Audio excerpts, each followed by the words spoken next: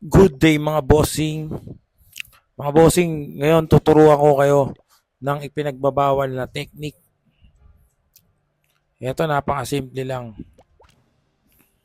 Napakadali lang mang 3 star. Sure na sure to. Ang gagawin nyo lang, dragon.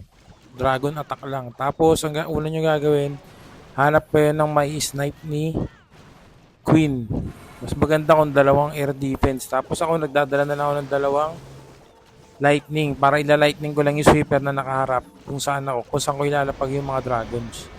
Tapos yan, ganyan na lang, ilapag mo lang yung dragon, tapos blimp, tapos warden's ability, tapos i-rage mo pagdating sa gitna, tapos 3 clone spell, tapos i-exit mo na, automatic na yan, 3 star na yan. Tignan nyo guys, tignan nyo mga bossing, pagbalik niyan 3 star na yan. Oh, di ba? Panoorin natin kung ano yung nangyari. Pero fast forward na lang natin ha. Oh. Ganyan yung nangyari. Nilinis muna natin yung mga apat na builder at susulok. Tapos nilagpag yung dragon. Oh. Yun na. In-exit na natin yun doon, di ba? Yung time na yun.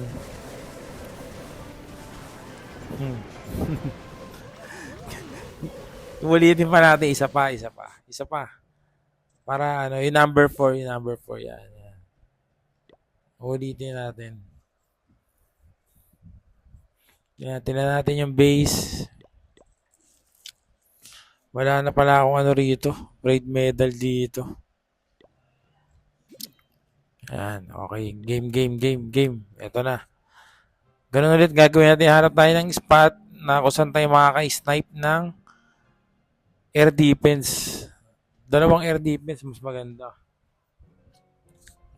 O mas maganda, o kahit air sweeper, tapos isang air defense, okay na rin yun. Goods na rin yun. So yun, natanggal natin, dalawang air defense pa rin. Tapos yun na. Lightning ko yung air sweeper na nakaharap sa mga dragons at lobo kung saan natin lalapag. Tapos warden, kahit barbarian king lang yan, okay lang. Kahit hindi minion prince. Tapos yun na. Hintayin lang natin. Rage, 3 clone spell. Oh. Alt tab na natin. Close tab na natin yan. Tapos online ulit. Napakabilis at napaka-effective. 3 star na uli yan. O, di ba? So, mga bossing, nakita nyo kung gaano ka-effective yan, ha? So, papalo ako ng page, mga bossing, ha? Maraming salamat sa inyo.